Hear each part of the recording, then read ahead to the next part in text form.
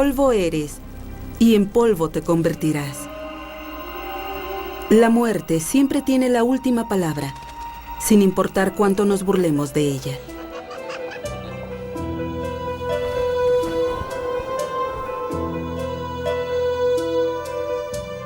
Sumergida en el eterno silencio, la muerte está más allá de nuestro entendimiento. Pero aún así, para algunos científicos es un libro abierto. Cuando veo una momia, abro una enciclopedia. Con ayuda de los lentes de la ciencia moderna, las tumbas se han convertido en una ventana al pasado. Hoy podemos saber detalles específicos de cómo vivían y de cómo murieron nuestros antepasados. En general así los mataban, estrangulándolos o golpeándolos en la cabeza. Poco a poco sus imágenes surgen a partir de huesos, piel y ADN. Volverlos a la vida es el principal objetivo.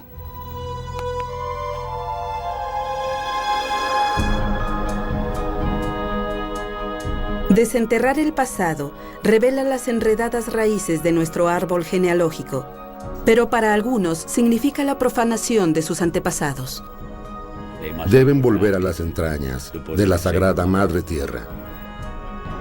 Puesto que los vivos defienden la muerte, esto se ha convertido en una batalla. Lo cierto es que aquellos que perecieron años atrás aún rondan entre nosotros. A partir de frágiles restos, la historia de sus vidas se revela y al escucharla se convierten en parte de nosotros. Ahora escuchen las voces de los muertos. Esta es la zona más árida de la Tierra, el desierto de Atacama en Chile. Aquí la vida ha encontrado un espacio donde desarrollarse, pero no en las ardientes arenas, sino en los estrechos valles que cruzan el desierto desde los Andes hasta el mar. La ciudad de Arica se localiza entre dos ríos que desembocan en el Océano Pacífico. Innumerables generaciones de pescadores han vivido aquí y las raíces de muchas de las familias son muy profundas. Cuando se realiza una excavación en estas tierras, salen a la luz muchas de estas raíces.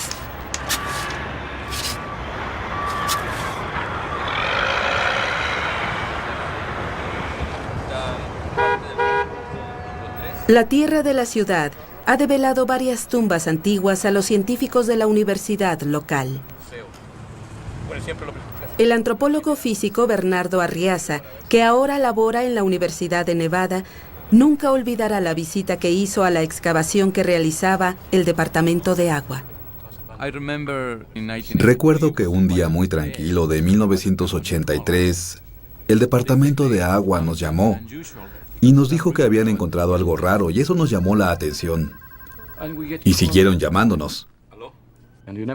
Nunca sabes qué encontrarás y esa es la parte emocionante de esto. No sabes qué habrá. Y de hecho esa vez fue algo increíble. Las palas habían excavado sobre una tumba de más de 100 momias, donde algunas databan de 7.000 años atrás, 2.000 años más antiguas que las momias del antiguo Egipto. Sobre sus rostros estaban esculpidas extrañas máscaras, y directamente sobre sus cráneos estaban adheridas pelucas. Los cuerpos estaban totalmente remodelados en el exterior con arcilla y pintura, y en el interior con hierba y tierra. Fueron momificados hombres, mujeres y niños, e incluso un feto de 20 centímetros. Estas elaboradas momias fueron creadas por un pueblo llamado los Chinchorro. Ellos vivían en sencillas chozas a lo largo de la costa y no dejaron muchos restos, ni monumentos, ni textos escritos. Pero con sus huesos y herramientas, Arriaza ha elaborado un perfil de su estilo de vida. Los Chinchorro fueron pescadores. Pescaban con anzuelos hechos con conchas y también utilizaban crustáceos para crear arpones y cazar lobos marinos. Tejían hermosas redes para recolectar sus alimentos. Sus vestimentas y ornamentos eran muy sencillos. Toda su creatividad la demostraban a la hora de momificar a sus muertos. ¿Por qué un pueblo tan sencillo transformaba a sus muertos en creaciones tan elaboradas? Arriaza tiene una teoría. El proceso de momificación implica una gran energía, un gran cuidado. Incluso el feto es fascinante. ¿Por qué? Porque tienen el cabello largo, tienen la boca abierta, y eso indica vida. Imaginen que vemos a alguien que murió hace mucho tiempo. No queremos verlo con los ojos abiertos porque eso nos asustaría. Quieres ver a un muerto como tal. Y los chinchorros los querían ver como parte de los vivos. Como obras de arte, sus momias no estaban designadas a estar en una tumba. Jugaban un papel importante dentro de la comunidad.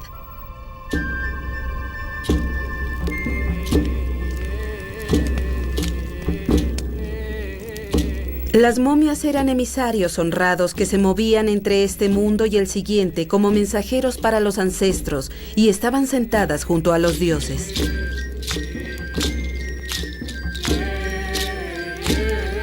La gente daba gracias con canciones y ofrendas.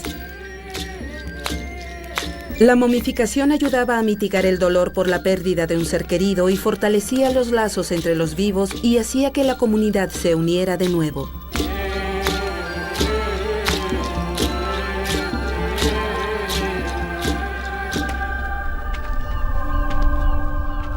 Estos rituales quizá mitigaban el terrible miedo a lo que había después de la muerte. Un misterio que después de 7000 años sigue sin descubrirse.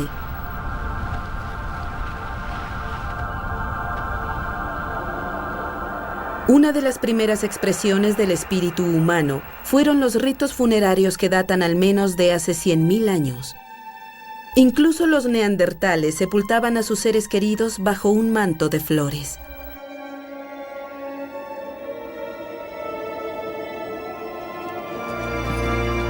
Cada cultura en la Tierra ha desarrollado rituales para dar el último adiós a sus muertos.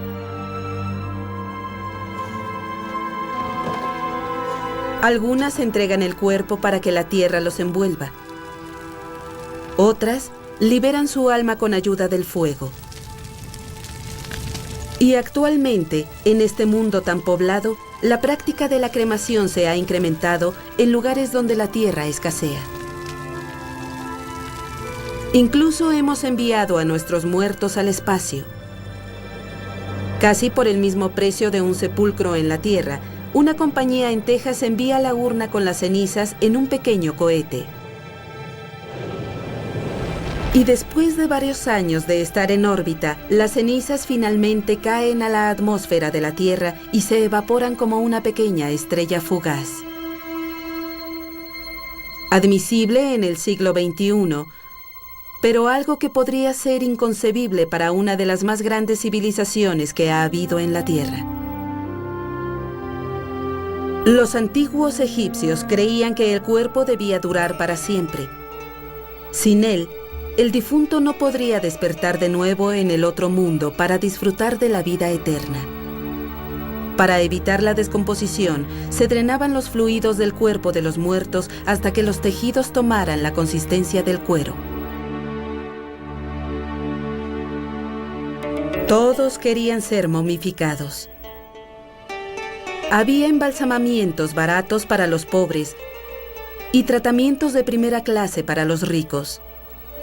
Incluso momificaban a los animales para que acompañaran a los muertos en su viaje final.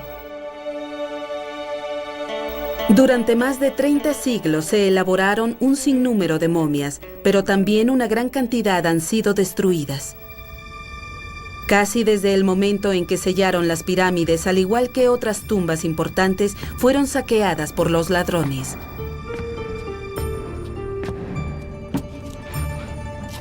Los reyes eran los objetivos. Sus cuerpos eran descubiertos y hechos pedazos. Las cosas empeoraron cuando Europa comenzó a interesarse por las momias. En el siglo XII las importaban por toneladas para triturarlas y preparar pociones que decían curar todo, desde una jaqueca hasta impotencia. En 1798, la campaña de Napoleón generó una nueva manía por las momias. Un siglo después, cientos fueron utilizadas tanto en laboratorios como en suntuosas fiestas para descubrirlas. El suministro parecía interminable. Las momias eran un fertilizante y un combustible barato. En el siglo XIX, los trenes en El Cairo quemaban pilas de momias para alimentar las máquinas de vapor. La fascinación por las momias siguió aumentando impresionantemente en el siglo XX. ¿Está muerta o viva? ¿Es un humano o un ser extraño? Ya lo sabrán, ya lo verán, ya sentirán el incontrolable e inaguantable miedo que recorre la espalda y nos hace gritar a todo pulmón. Karloff, el aristócrata del terror en La Momia. Hoy en día, las momias egipcias son tratadas como frágiles cápsulas de tiempo. Ahora la ciencia cuenta con las herramientas para explorar sus secretos sin destruirlas. Los investigadores pueden descubrir detalles de su forma de vida de hace 3000 años, a partir de un diminuto fragmento de piel y hueso. El egiptólogo Bob Brayer de la Universidad de Long Island es un gran experto en momias. Pero el cómo una momia se transforma es una pregunta que lo ha intrigado por años. La incógnita entre los egiptólogos es que imaginamos cómo lo hacían, que sacaban el cerebro por la nariz y extraían los órganos. No sabemos cómo lo hacían, pero no hay papiros que digan cómo las momificaban. Los egipcios nunca escribieron cómo lo hacían, era un secreto, tal vez un secreto de oficio. El historiador griego Heródoto registró una breve descripción en el año 450 a.C., pero para Brayer no era suficiente. Mentalmente hice el procedimiento. Traté de imaginar exactamente lo que hacían. Y me di cuenta de que la única forma de saberlo era haciéndolo. En 1994, Brayer se preparaba para realizar la primera momificación egipcia en 2000 años. En El Cairo encontró las especias embalsamadoras que mencionaba Heródoto, incluyendo el incienso y la mirra. También necesitaba un equipo especial. Debíamos hacer la réplica de las herramientas, de todos los instrumentos que usaban. Por ejemplo, debíamos tener cuchillas de láminas de obsidiana, y no es fácil que un occidental sepa hacerlas. También necesitábamos un orfebre para que elaborara las herramientas de bronce, iguales a las que utilizaban los egipcios. Así eran las mesas para embalsamar, pero creo que soy más alto que los egipcios. Copiando a detalle los diseños, Brayer construyó una mesa de embalsamamiento donde se eleva al cadáver y así se drenan los fluidos. Puede ser cómodo para los muertos, pero no para los vivos. Con su colega Ronald Wade, de la Facultad de Medicina de la Universidad de Maryland, Brayer momificó a un hombre que había donado su cuerpo a la ciencia. Hubo varias sorpresas durante la momificación. Una fue al extraer el cerebro. Siempre pensamos que podíamos sacarlo por partes a través de la nariz. Así era como el artículo lo planteaba y lo intentamos, pero no lo pudimos lograr.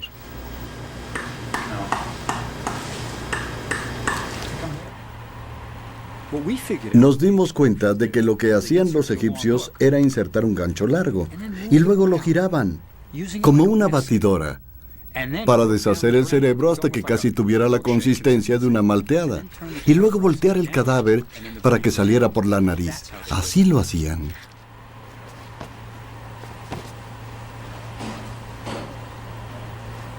Los órganos internos los extrajeron a través de una incisión hecha con una cuchilla de obsidiana tan filosa como un moderno bisturí.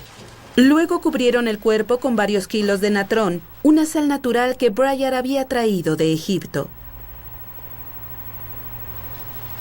Los órganos internos se trataron por separado. Dejándolo reposar durante casi un mes, el natrón debía absorber toda la humedad del cuerpo. Para Bryar, el suspenso fue insoportable. Lo que obtuvimos parecía una momia, pero tendrán que pasar unos 3000 años para que luzca como las del museo. Una de las cosas que nos sorprendió fue que al remover el natrón teníamos una momia. Una asombrosa demostración de que las personas estamos conformadas principalmente de agua. El cuerpo de más de 72 kilos se redujo a tan solo 20. ¿Cuáles son los aceites? El aceite de incienso, de mirra, aceite de palma, aceite de loto y de cedro. Conseguí los 5. Bryar ungió el cuerpo con los aceites que los egipcios consideraban sagrados y luego lo vendó. Apegándose hasta el último detalle, utilizó más de 90 metros de lino puro con la inscripción de un hechizo egipcio. Los órganos internos los colocó en réplicas de las vasijas funerarias que elaboraron los universitarios. Se perfuman, se envuelven y se colocan en las vasijas. Muchos no entienden que el proyecto no se realizó para crear una momia, sino para aprender. Y el proyecto no ha terminado. Nuestra momia parece que va muy bien. Ha estado a temperatura ambiente durante 2 años. No hay señales de descomposición, es estable y al parecer lo hicimos bien. La han utilizado en otras investigaciones alrededor del mundo y gente que estudia las momias egipcias nos ha solicitado muestras de tejido. Esta es la única momia en el mundo de la que sabemos exactamente cómo se preparó. Digamos que es la única momia egipcia de la que tenemos un registro médico. Por eso es importante. Aunque la momia de Bryar hubiera logrado la inmortalidad tan solo en los anales de la ciencia, sería un destino que seguramente los egipcios aprobarían. La búsqueda de la vida eterna aún continúa hasta nuestros días, solo que de manera diferente. Con la crionización se congela el cadáver con nitrógeno líquido inmediatamente después de la muerte. Quienes la practican tienen fe en que los científicos del futuro sabrán cómo revivirlos.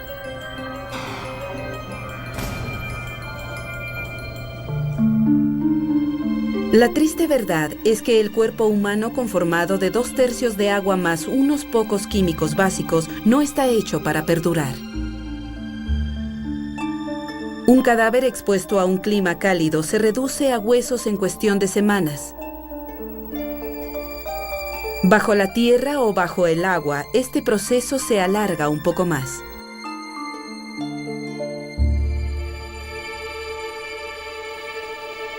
Los huesos pueden durar de meses hasta siglos. Y cuando las condiciones son las adecuadas, hasta la naturaleza ha creado momias. Al noroeste de China, cerca de una legendaria ruta de la seda, las abrasadoras arenas han albergado a más de 100 momias desecadas por el calor. Sorprendentemente, tienen rasgos caucásicos y datan de 2 hasta 4000 años atrás.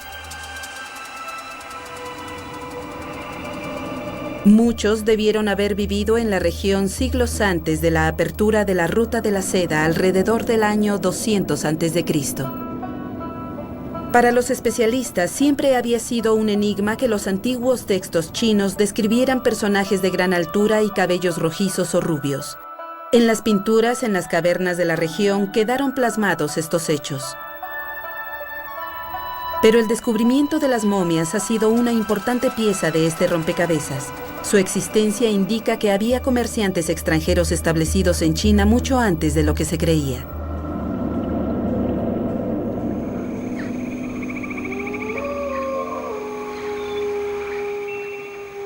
Los pantanos de turba del noroeste de Europa han inspirado muchas leyendas y entre ellas la de El hombre del pantano. Hace 2000 años, los celtas y otras tribus creían que las turbas eran la entrada al reino de los dioses. Algunos ofrecían plata y oro como tributo y otros ofrecían sacrificios. Los pantanos de turba contienen un líquido embalsamador natural. El agua contiene bajas cantidades de oxígeno y es rica en tanino, el químico usado para curtir el cuero. Con el tiempo, este camino ha convertido a la vegetación muerta en turba que se ha utilizado como combustible. Y también ha hecho maravillas con los cuerpos. Más de 1000 momias de turba han salido a la luz. Muchas tienen más de 2000 años. Los huesos por lo general se han disuelto, pero la piel se transformó en un resistente cuero que ha dejado plasmado impresionantemente sus rasgos.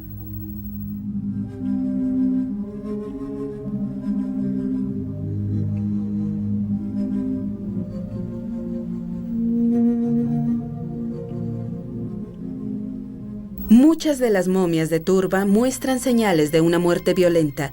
Fueron degolladas, estranguladas o colgadas. Muchos expertos creen que las antiguas comunidades de agricultores las sacrificaron para los dioses de la fertilidad. Las enterraron en la turba para que el trigo volviera a crecer.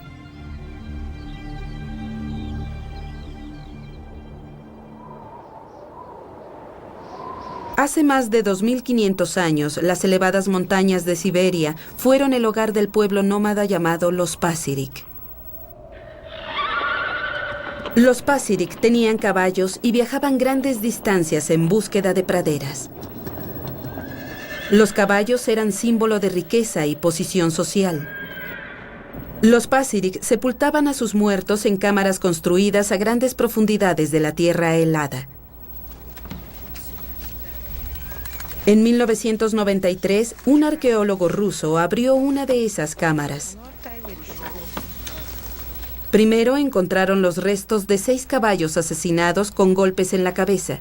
En ese momento pensaron que era la tumba de un hombre poderoso. El ataúd estaba sellado por una capa de hielo. Pero para sorpresa de todos, encontraron a una joven. Sus rasgos se habían borrado, pero su cuerpo estaba intacto. Tatuajes de criaturas míticas adornaban sus fuertes manos. ¿Era una sacerdotisa, una guerrera, una curandera? Su identidad es una incógnita, pero ha proporcionado una nueva imagen de la mujer en esa antigua cultura.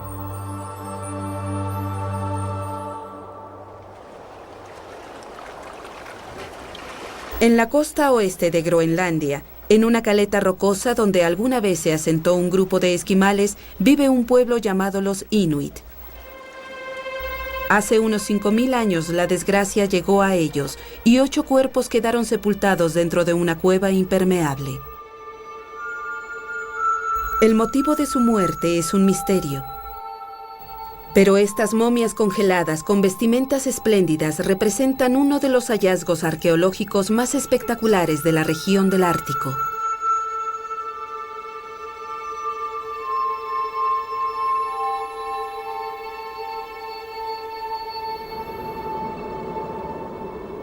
Las congeladas alturas de los Andes conservan un registro del pasado.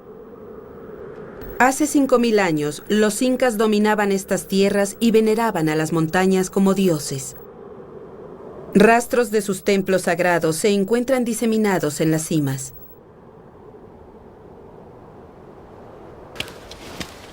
Durante casi 2 décadas, el antropólogo Johan Reinhardt ha investigado la región del territorio inca. Pero en septiembre de 1995, primero visitó el Monte Ampato en Perú con otro objetivo en mente. El Monte Ampato siempre ha sido un misterio. Aunque está ahí, la gente no lo sube con mucha frecuencia y no ha investigado lo que hay ahí. La idea era tomar fotografías de un volcán cercano que había hecho erupción y realmente nunca pensamos que hallaríamos algo, porque nunca lo habíamos visto sin la capa de nieve que siempre está sobre él. La erupción había bañado el monte Ampato de cenizas e incluso a más de 6.000 metros la mayor parte de la nieve se había derretido. Cuando mi asistente Miguel y yo llegamos a la cima, yo tomaba notas, pero él siguió subiendo y de pronto me llamó y me señaló algo. Yo entonces observé detenidamente y vi que había plumas saliendo de un agujero. Hallaron 3 figurillas incas que habían estado sepultadas y ahora salían a la luz por un derrumbe. Seguimos buscando cuesta abajo y al poco tiempo vimos un bulto sobre el hielo. Le pedí a Miguel que lo levantara y que lo girara un poco. Y cuando lo hizo, quedó frente a nosotros el rostro de una joven muerta. Momificada por el frío, había sido sacrificada y sepultada en la cima de la montaña hace unos 5.000 años. Cuando su rocosa tumba se desprendió, su rostro quedó expuesto al sol. Pero su cuerpo estaba intacto. La piel, los músculos y los huesos e incluso la sangre de sus venas estaba congelada. Los científicos calculan que tenía unos 12 o 14 años cuando murió. Nunca antes se había encontrado el rico atuendo de una noble inca. Quizás sea la momia mejor conservada que se haya descubierto en América. En mayo de 1996, la doncella aún congelada viajó a la Universidad Johns Hopkins en Baltimore. Con un moderno tomógrafo se obtuvieron imágenes detalladas de su cuerpo en tercera dimensión. Sus fuertes huesos y dientes, sus bien formados músculos y sus órganos internos proporcionaron una gran información sobre la alimentación y la salud de los incas. Era un extraordinario espectáculo para el hombre que la halló, y con esto Johann Reinhardt supo el secreto de su muerte. Al girarla se puede ver bien. Está claro que la mataron de un golpe en la cabeza. En general, así los mataban, estrangulándolos o golpeándolos en la cabeza. Era la manera en que los sacrificaban, pero no la vimos. No dejaba de pensar en lo que había sido verla en el volcán cubierta de cenizas y luego ver en las pantallas de estos modernos aparatos las imágenes de los huesos y los órganos. Era impresionante. Es como si hubiera revivido.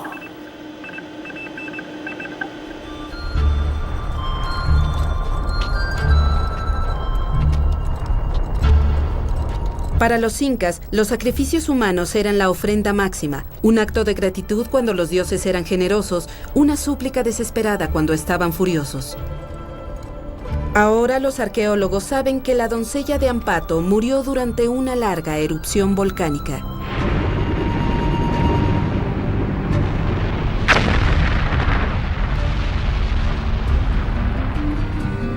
El cataclismo debió tener efectos devastadores en la región. Lluvia de cenizas ardientes a diario, una densa capa de humo sobre la tierra, contaminación de los depósitos de agua, además de cosechas y ganado diezmado. Un grupo de sacerdotes debió llevar a la doncella a la zona más elevada del monte Ampato. Era un difícil ascenso que les tomó días.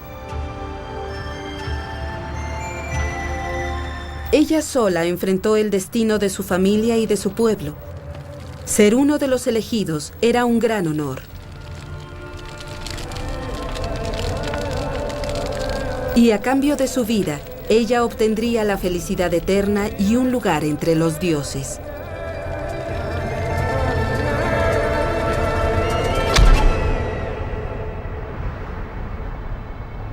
Poco después de que murió, finalizó la erupción y la nieve regresó a Ampato sepultando a la doncella entre el hielo a lo largo de 5 siglos.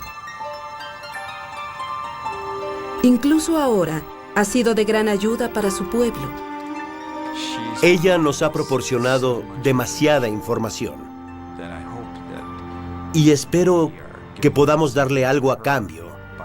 Al estudiar, entender y respetar la cultura y la civilización inca, de donde provino hace 500 años.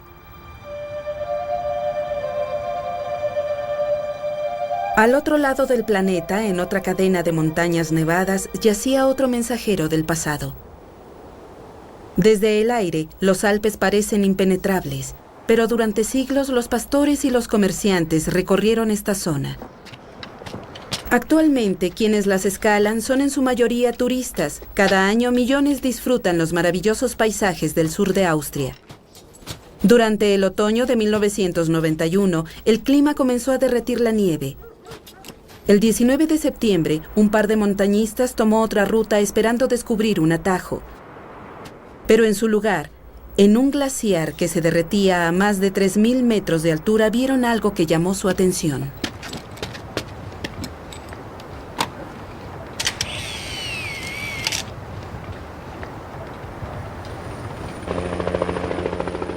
Retrasados por el mal tiempo, 4 días después llegó un equipo austriaco de investigadores forenses. Esto no era un hecho poco común en los Alpes. Los cuerpos congelados de los montañistas se encontraron décadas después de que perecieron en las montañas.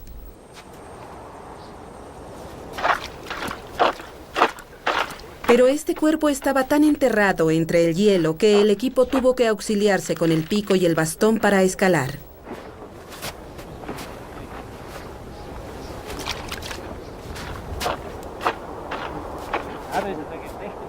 Eran extraños los trozos de cuero que sacaban de la nieve y que rodeaban al cuerpo, y más aún las herramientas.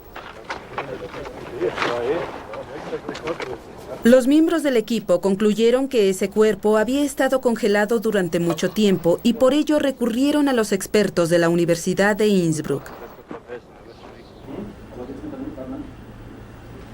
Con unos extraños zapatos cubiertos de hierba, estaba el cuerpo de un hombre congelado de entre 25 y 40 años, pero virtualmente intacto. Los dientes mostraban un gran desgaste. Unos sencillos tatuajes azules adornaban su espalda y sus piernas. 74 objetos fueron encontrados cerca de su cuerpo. Un envoltorio de piel animal contenía 14 flechas. Un saco de cuero muy similar al de un cazador. Pedazos de cuero y sogas hechas de hierba. Una daga de pedernal. Y lo más relevante, un hacha elaborada con una exquisita cuchilla de cobre.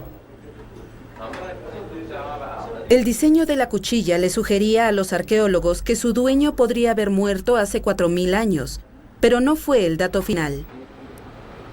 Se enviaron muestras de piel, hueso y hierba a 4 importantes laboratorios europeos para fecharlo con la prueba de carbono. Los 4 concluyeron que el hombre de hielo había muerto hace 5.300 años, lo que lo convertía en la momia congelada más antigua que se había descubierto. Casi de inmediato se supo la noticia.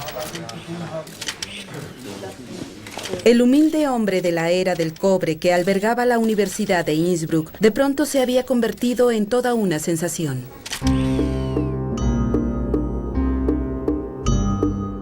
Pocos descubrimientos arqueológicos habían dominado por completo los titulares.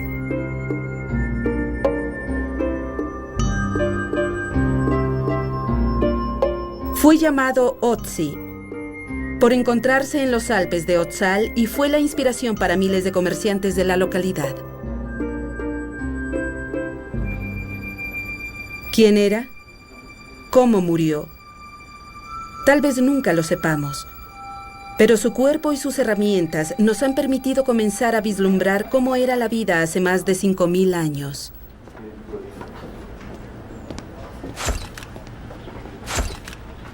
Los rayos X revelan una larga vida de trabajos rudos, costillas rotas, articulaciones severamente desgastadas, artrosis, y en el pie izquierdo señales de congelamiento como la que presentan en la actualidad los alpinistas. Con un endoscopio, los científicos extrajeron muestras del estómago del hombre de hielo y hallaron restos de carne y granos. su último alimento. Sus pulmones mostraron un asombroso panorama, pues estaban ennegrecidos por largas horas de aspirar el humo de las hogueras.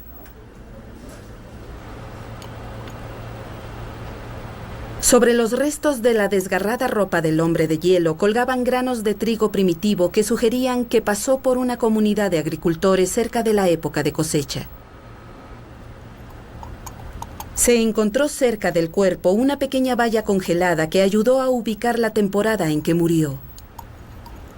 Esto es de una fruta de principios de otoño. En el sitio del hallazgo, que luego se determinó que había sido del lado de la frontera italiana, los científicos filtraron 600 toneladas de nieve.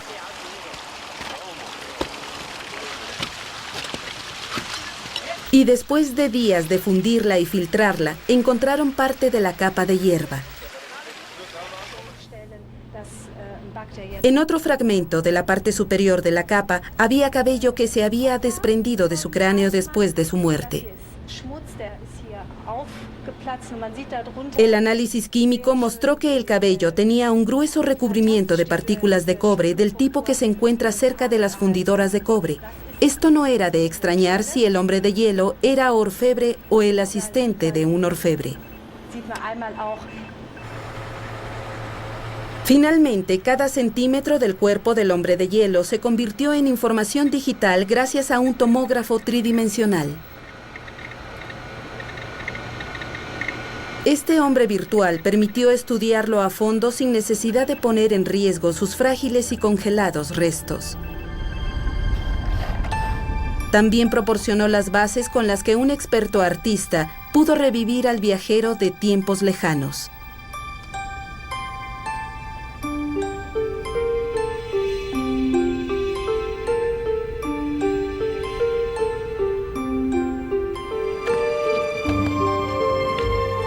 Sin embargo, algo queda oculto. ¿Este ser fue un comerciante o tal vez fue un fugitivo? Conocía bien las montañas, pero no logró advertir los peligros o quizá no tuvo más remedio que seguir adelante.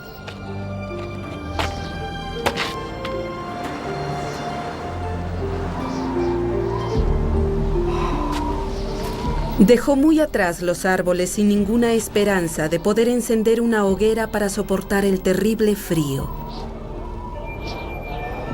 En un hueco de las rocosas montañas dejó sus pertenencias y esperó la noche.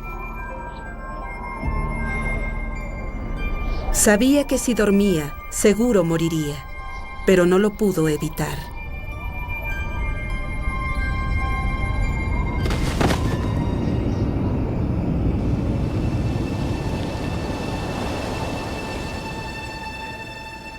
Su solitaria muerte no permitió que su gente le diera sepultura.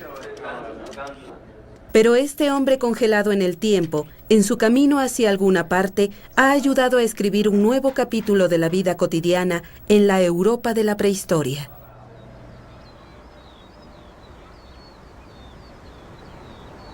En el suroeste de Inglaterra, Somerset es una región de bellos y elevados acantilados. Hogar de alrededor de 3.000 personas, la ciudad de Cheddar es conocida no solo porque se llama igual que el queso, sino por el conjunto de espectaculares cuevas esculpidas por un río subterráneo.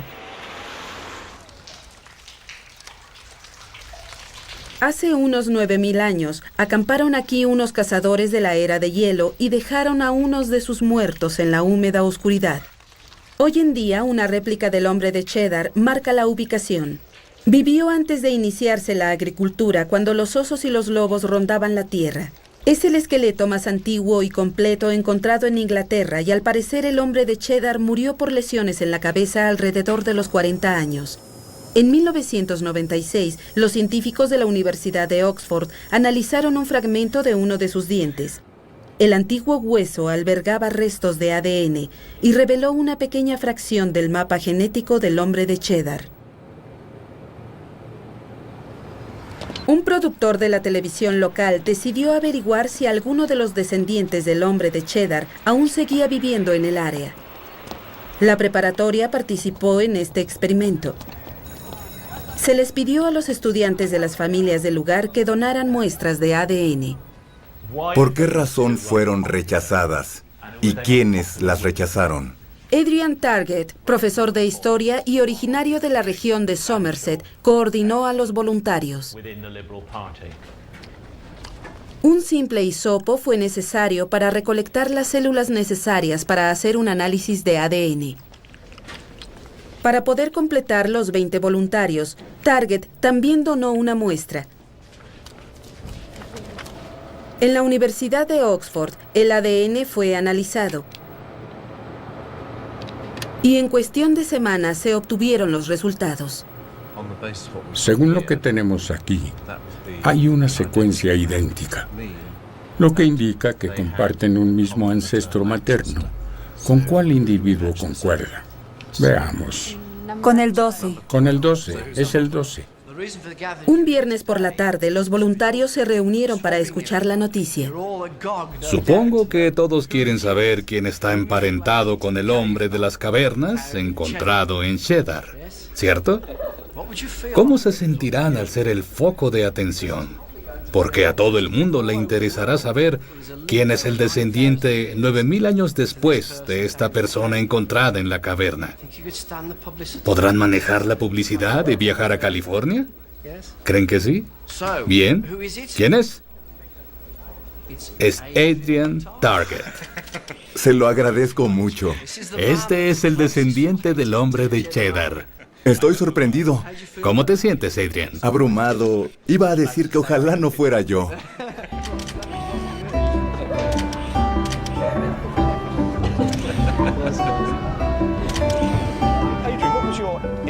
¿Cuál fue su reacción inmediata al saber que tiene a este sorprendente ancestro?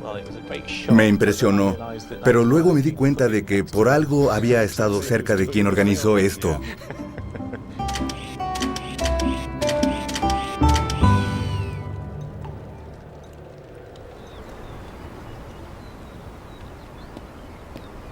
El estudio de ADN en los muertos se ha convertido en una poderosa herramienta para revelar los parentescos sepultados en el pasado.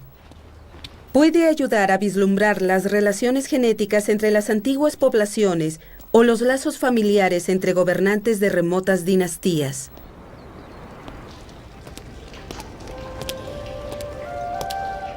El ADN le dio a este hombre el árbol genealógico más antiguo del mundo.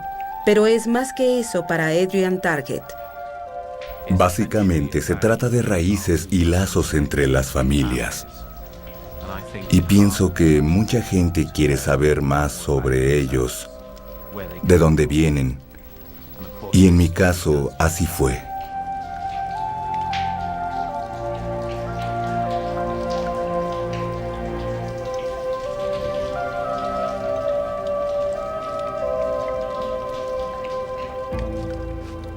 El objetivo de los arqueólogos es entender nuestro pasado.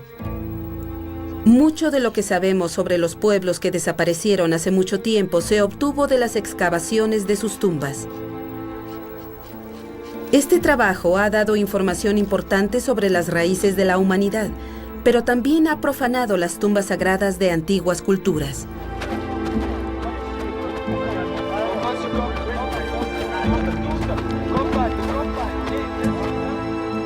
En años recientes, la recopilación y el manejo de restos humanos ha sido una controversia, ya que los pueblos nativos de todo el mundo han exigido que se tenga un mayor respeto hacia sus ancestros. El problema se ha enardecido, sobre todo en Norteamérica. Durante el último siglo, innumerables sepulturas indias se han descubierto. Actualmente, museos e instituciones a lo largo de los Estados Unidos albergan los restos de cerca de 300.000 indios norteamericanos. En 1927, este cementerio de hace 1000 años hallado en Illinois fue abierto al público. El Museo Dixon Mounds prosperó. Pero en los años 80, los indios se quejaron por exponer los esqueletos de esa manera.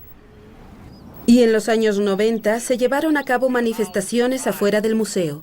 En nuestra tierra El movimiento indio americano se estableció como un movimiento espiritual. Para el activista político Bernard Belcourt, de la tribu Ojibwe, como para muchos otros, la exhibición del cementerio era algo perturbador. Practicamos nuestra vida espiritual. Tenemos nuestra lengua, nuestras canciones, y a muchos de los que seguimos las enseñanzas tradicionales de nuestros abuelos y abuelas, no nos parece bien ver que profanen nuestros sepulcros y que los restos de nuestros ancestros se muestren como atracción para los turistas. Así que decidimos tomar medidas drásticas.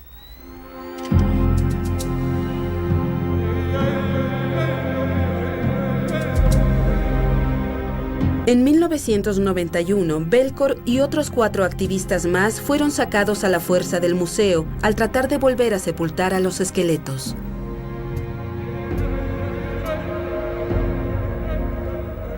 Un año después, el museo cerró oficialmente la exposición y cubrió completamente el sepulcro.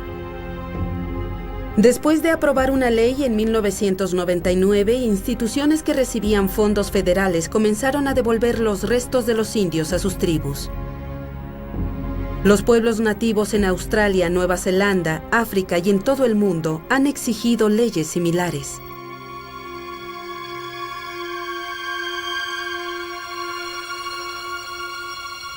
A través del tiempo y el espacio, las voces de los muertos aún nos hablan en las formas más sorprendentes.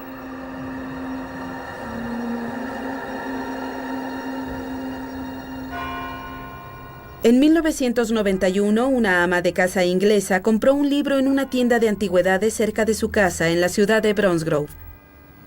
Desde niña, a Elizabeth Knight la había cautivado la cultura de los indios norteamericanos. Su nuevo libro incluía un ensayo de 1920 sobre un jefe indio que había visitado Londres y nunca había regresado a su tierra.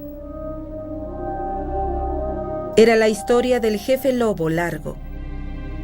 La leyenda dice que había sido un guerrero Sioux que peleó en la batalla de Little Bighorn. Algunos documentos comentan que había sido uno de varios prisioneros de guerra que habían liberado el gobierno de los Estados Unidos y que estaban bajo la custodia de Buffalo Bill Cody. En 1892, el espectáculo del salvaje oeste de Cody viajó a Europa. El jefe Lobo Largo, de 59 años, era el más viejo de los participantes. En Londres, la reina Victoria aplaudió el espectáculo, pero Lobo Largo enfermó de neumonía. En su lecho de muerte, le pidió a su esposa que llevara su cuerpo de vuelta a la tierra de sus ancestros, pero el 13 de junio fue sepultado bajo el símbolo del lobo en el cementerio de Brompton. Su hija y su esposa regresaron a su tierra y con el tiempo su tumba fue olvidada. Sin embargo, la última voluntad del jefe enterneció profundamente a Elizabeth. Leí el libro un par de semanas y después varias veces lo puse en el librero, pero volvía a tomarlo y le decía a mi esposo que debía hacer algo porque me preocupaba demasiado. Existen alrededor de 35,000 lápidas dentro del cementerio de Brompton. El 1 de mayo de 1992, Elizabeth buscó entre ellas hasta que encontró la que pertenecía al Lobo Largo. Prometí que trataría de ayudarlo y que trataría de localizar a su familia, porque sabía que su espíritu no descansaría en paz. Al otro lado del mundo, en Tempe, Arizona, al Lobo Largo nunca lo habían olvidado. Un mecánico retirado, John Blackfeather, había nacido y crecido en Dakota del Sur, muy cerca de Wounded Knee. John sabía que su bisabuelo había sido sepultado en Londres, pero no sabía exactamente dónde. Me habían hablado de Lobo Largo desde que tenía 5 años. Y mi madre siempre decía que quería buscarlo, pero no sabíamos cómo podríamos hacerlo. Era como buscar una aguja en un pajar. En 1992, la esposa de John vio un artículo en el periódico que cambió todo. La carta de Elizabeth Knight marcó el comienzo de 4 años de planeación y recaudación de fondos. Tal vez deberíamos mandarle una carta de inmediato. Sabía que algún día volvería a su tierra, pero nunca pensé que yo estaría involucrado en ello 100 años después. Pero así fue.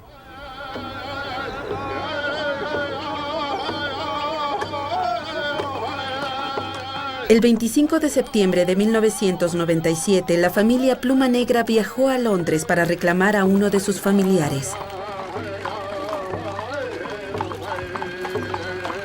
No es un día triste para nosotros. Es como una gran bienvenida para alguien que regresa a Dakota del Sur. Para Elizabeth Knight era el día en que se cumplía una promesa.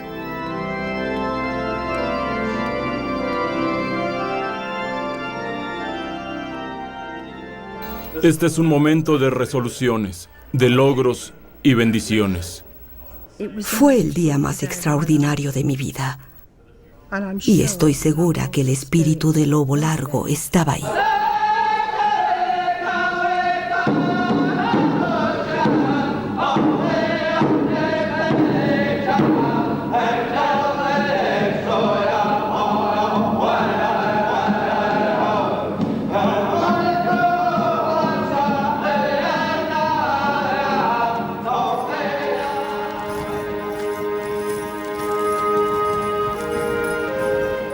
El 28 de septiembre de 1997, el lobo largo por fin descansó en un pequeño cementerio de Wolf Creek, Dakota del Sur. Sus descendientes recrearon un antiguo ritual, un gesto de amor más allá de la muerte. Más que cualquier otra cosa, eso es lo que nos hace humanos.